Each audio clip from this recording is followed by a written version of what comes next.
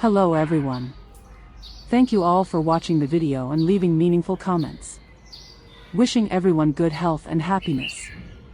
Early in the morning, as the first light of dawn peeked over the horizon, I woke up to the biting cold of the mountain forest.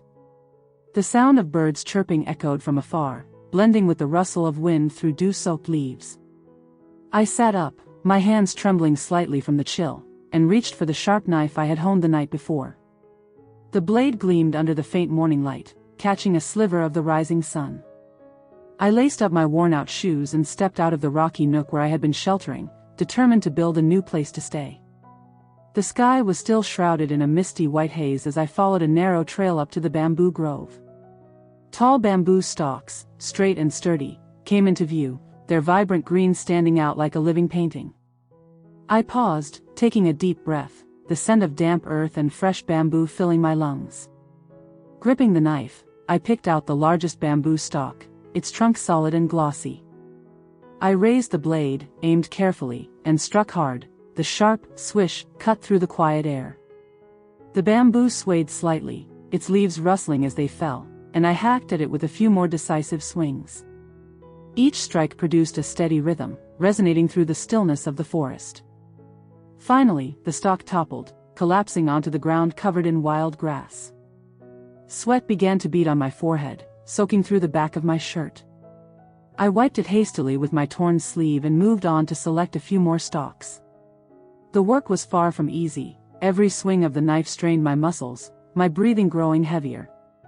The bamboo stalks were tougher than I'd expected, but I pressed on, unwilling to give up. I felled 3 more, each chop testing my endurance. Leaves scattered around my feet, mingling with the wet forest soil and sticking to my battered shoes. I tied the stalks into a large bundle with some vines, sweat now streaming down my face. Hoisting the bundle onto my shoulder, I started the slow trek back down the mountain. The weight bore down heavily, sending sharp pains through my shoulders, my legs trembling under the load. The trail was rough, littered with rocks and gnarled roots, forcing me to watch every step. The sun had climbed higher, its rays piercing through the canopy, burning against my skin. With each stride, I could hear my own labored breathing, mixed with the sound of bamboo rubbing together. At last, I reached the nook beneath the mountain where I planned to set up camp. I dropped the bundle to the ground with a loud thud, dust swirling around me. My hands were numb, but I didn't stop, diving straight into building the shelter. I used the knife to trim away excess branches, securing the stalks together with dried vines. The bamboo was stacked carefully, forming a sturdy frame for the shelter. For the roof, I layered dry leaves I'd gathered the day before, placing them meticulously to keep out the rain. The sun began to dip westward, casting a soft golden glow over the newly finished shelter. I stood back, a flicker of satisfaction in my chest, though exhaustion was creeping in. My stomach growled loudly, hunger gnawing at me after a full day of labor. As dusk settled in, I decided to light a fire to warm myself. I gathered dry twigs nearby, piling them up, and struck a spark with some stones. The fire flared to life, crackling as it burned, its flickering light dancing on the nearby rock wall. The warmth spread outward, pushing back the bone-chilling cold of the mountains. But the hunger persisted, unrelenting, so I grabbed my knife and went to find a banana tree nearby. Under the faint moonlight, I spotted a small one, its leaves lush and green. I swung the knife, slicing through the soft trunk, the sap dripping onto my hands. I peeled away the outer layers to reveal the tender, pale core inside, its faint aroma oddly comforting. Carrying the banana core back to the shelter, I sat down by the fire, my hands shaking from fatigue. The flames illuminated my face, now gaunt from the day's toil. I took a bite of the core, its bitter taste spreading across my tongue, not delicious, but enough to quiet my hunger. I ate slowly, bite by bite, my gaze lost in the flickering fire. Suddenly, an image of Chung flashed into my mind, vivid and real. He was smiling at me, his eyes warm, just like they were back when we were together. Memories flooded in. I recalled the days he joined me in the forest, cutting bamboo, building fires side by side. Tears welled up, spilling silently down my cheeks, beyond my control. I let out a soft sob, the sound mingling with the crackling of the fire in the night. The tears rolled down, dripping onto the cold stone floor, leaving faint wet streaks. I buried my face in my hands, my heart aching, the longing for him twisting inside me. The fire kept burning, but its warmth couldn't reach the icy void growing in my chest. Darkness enveloped the night, leaving just me, the bamboo shelter, and an unyielding yearning for Chung. After a long day of job hunting, Chung stepped out of the office, his legs aching as if they might give out beneath him.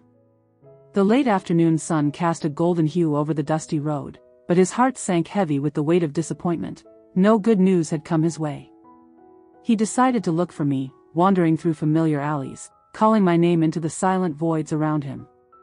Only the dry, cold wind answered, deepening the emptiness gnawing at his chest. Tired and dejected, he stopped at a roadside tea stall, where a few weathered wooden tables sat forlornly. He slumped into a chair and ordered a glass of green tea, the steam rising in wisps through the chilly air. Droplets of condensation slid down the glass, soaking into the scarred tabletop.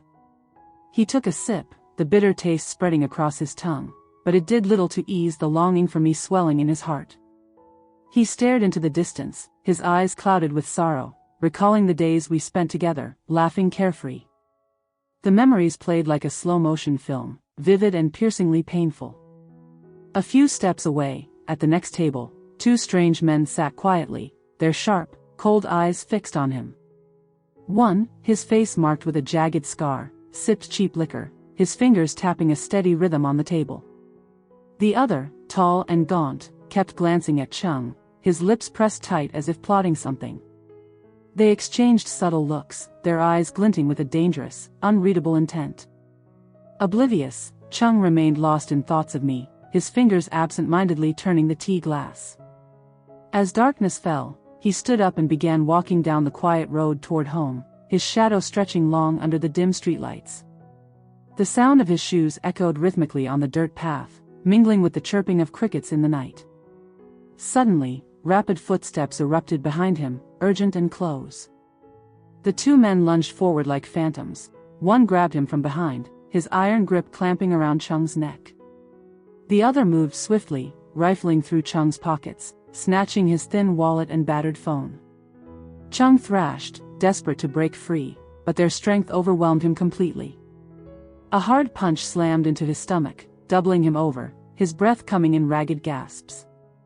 They didn't stop there, shoving him forcefully into a nearby lake, the black water splashing violently as he hit the surface. The roar of a motorcycle engine tore through the air as the two men sped off, leaving the road silent once more. Chung floundered in the frigid water, the icy chill cutting to his bones, then struggled to the surface, the brackish taste flooding his mouth. He clawed at the bank, his hair plastered wet against his forehead, his hands trembling from cold and exhaustion. His breath came in heaving bursts, forming faint clouds in the night air. Dragging himself onto the shore, his soaked clothes clung to his skin, each step feeling like it carried 1,000 pounds. The road home stretched endlessly before him, the flickering lights in the distance too weak to pierce his loneliness. Finally, he reached his doorstep, his shaking hands fumbling with the key before he collapsed onto the cold floor inside. He lay there, too drained to turn on a light or change his drenched clothes, his faint breathing blending into the stillness. The small house sank slowly into darkness, broken only by the wind whistling through the cracks in the door. His eyes fluttered shut, his gaunt face etched with pain and fatigue. The chill from the floor seeped into his body, but he had no strength left to resist. The night swallowed everything, cloaking both him and the house in a deep, unrelenting black.